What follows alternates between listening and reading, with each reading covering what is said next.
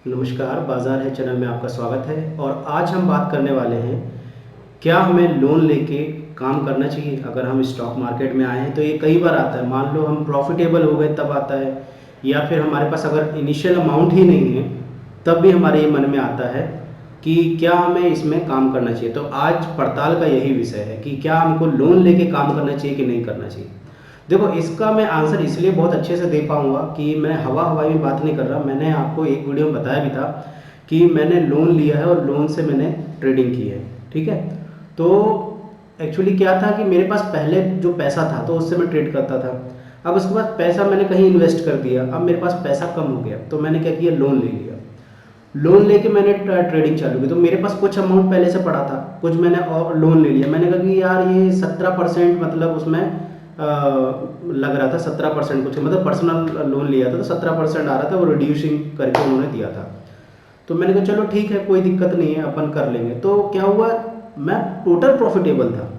मैंने कहा सब कैलकुलेट कर लिया कि इतनी ईएमआई आएगी, इतना मेरे को प्रॉफिट होगा, तो मैं कहीं ना कहीं उसमें प्रॉफिट में निकल जाऊँगा। मतलब मन में ये था कि मान लो अगर मैं लोन लेके 2 साल या 3 साल तक काम करता हूँ तो ईएमआई भी अगर भरता रहूँ, मुझे भले ही कोई प्रॉफिट ना हो, ईएमआई उसी के अमाउंट से उसी को भरता रहूँ, ईएमआई उसी के पैसे से निकाल के उसी को भरता रहूँ, तो भी अगर 2 साल बाद या 3 साल बाद वो अमाउंट मेरा तो हो ही जाएगा ना।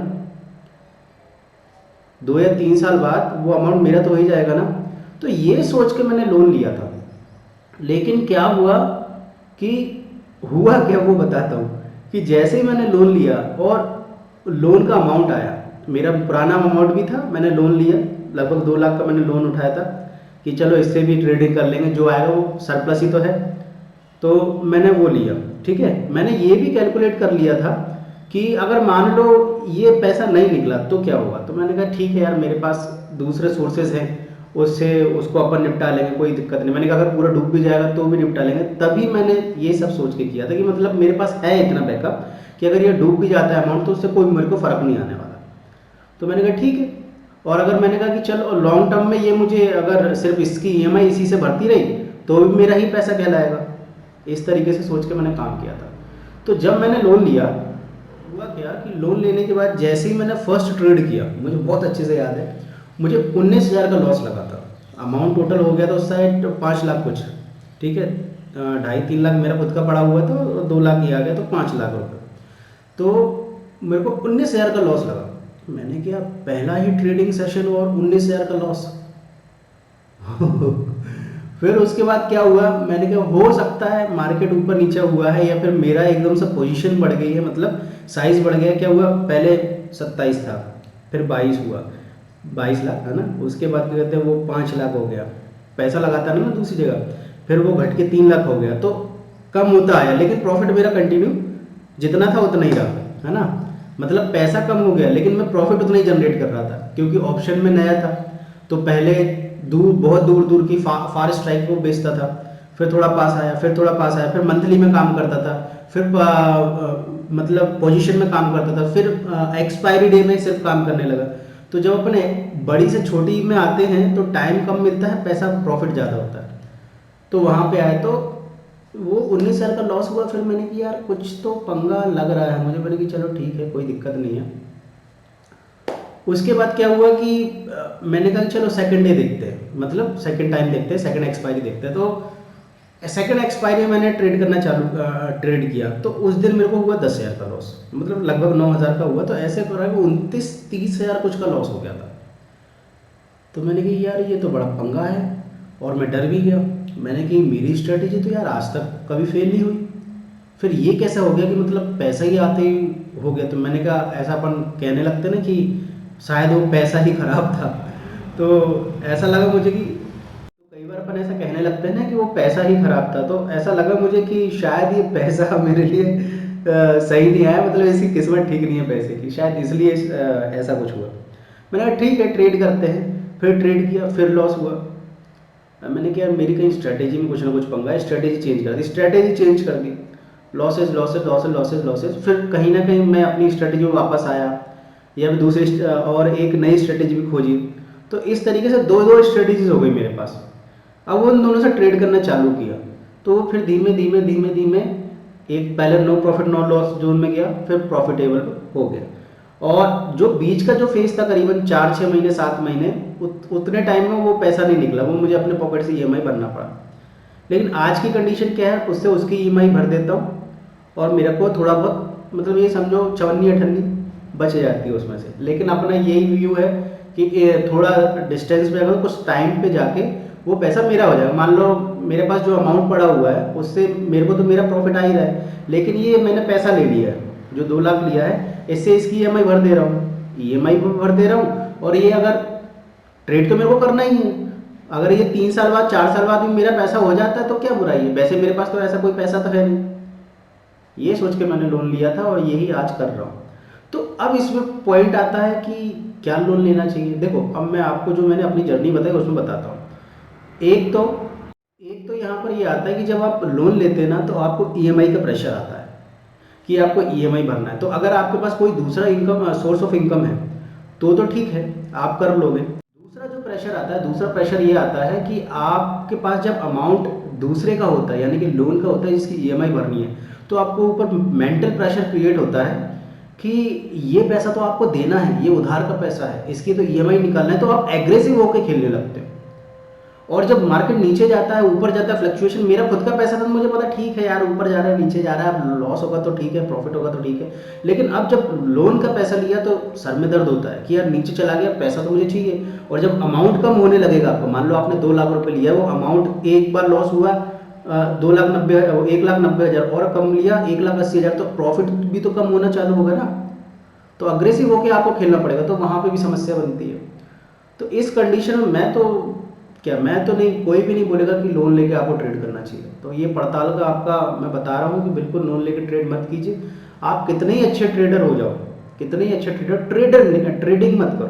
पैसे लोन लेके बिजनेस करो, क्योंकि उनमें नेगेटिव नहीं होता है रिटर्न कि आपका जो आपने 2 लाख का माल लिया है वो आपका 50,000 का हो जाए। लेकिन इसमें ट्रेडिंग में होता है ना, और ऐसा हो ही नहीं सकता कि आप साल भर प्रॉफिटेबल हो। कुछ मंथ भी ऐसे आएंगे तो ईएमआई कैसे निकालोगे। अगर मान लो पूरा ही लॉस हो गया तो आप पैसा कहाँ से दोगे। ऐसे मार्केट में ऐसे कई मतलब लोग बैठे हुए हैं जिन्होंने पहले तो ऑप्शन ट्रेडिंग की, कुछ तो आते हैं नए नए और ऑप्शन ट्रेडिंग घुस जाते हैं। चालू किया, लॉस हो गया, पड़ोसी से ले लिया, घर परिवार से ले लिया, डाला, फिर लॉस हो, अरे रिकवर कर लेंगे, एक काम करते हैं लोन ले लेते हैं। अरे कई ऐसे भैया खुद बिक गए पूरे पूरे।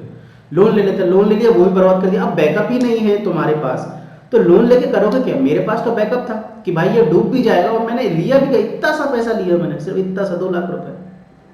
डूब भी जाएगा तो मेरे पे 10 ही चीजें हैं, कोई भी एक चीज उठाऊंगा बेच दूंगा। 1,00,000-2 लाख की तो ऐसी गाड़ी बड़ी खराब हो जाती है, अभी मेरी 1-2 लाख की गाड़ी कंडम हो गई।